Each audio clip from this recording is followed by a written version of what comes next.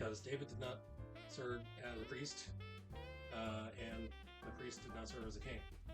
So whoever sits at the right hand. Oh, so where is it?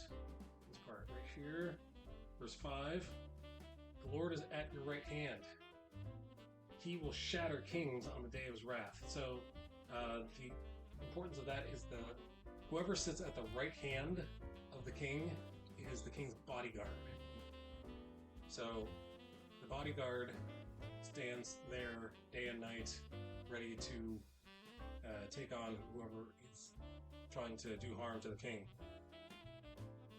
So when James and John ask Jesus, can we sit on your right hand and your left hand? They're really asking, can we be your bodyguards? I'm not sure about. It did not say anything about the left hand side. I don't know who's standing on the left hand side, but the right hand side acts as the bodyguard. Let's see. The priest in the order of Melchizedek. Melchizedek, for those of you who do not know, Melchizedek came from the land of Salem. He was the word Salem means peace, so he's the king of peace. He was so Melchizedek not only was a king, but he was a priest.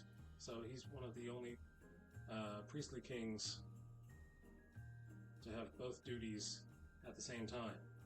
And it seemed like Abraham gave homage to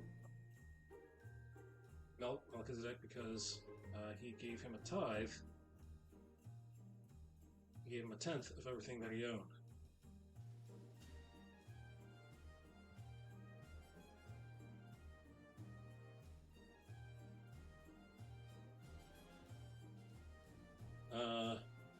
What else? And that's it. Oh, and all the references to that psalm. So if you want to know all the references, it's a lot.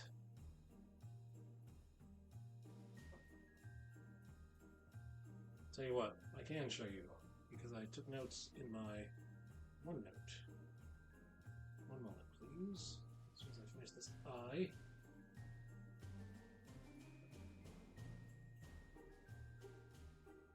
Is that finished? Are you done with this I? Let's try that again.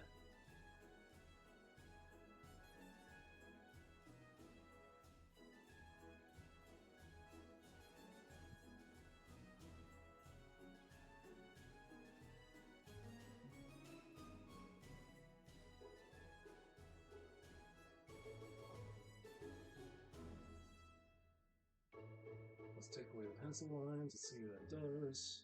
Am I happy with this I? I think it needs to be straighter at the bottom. I think my eraser needs to be smaller.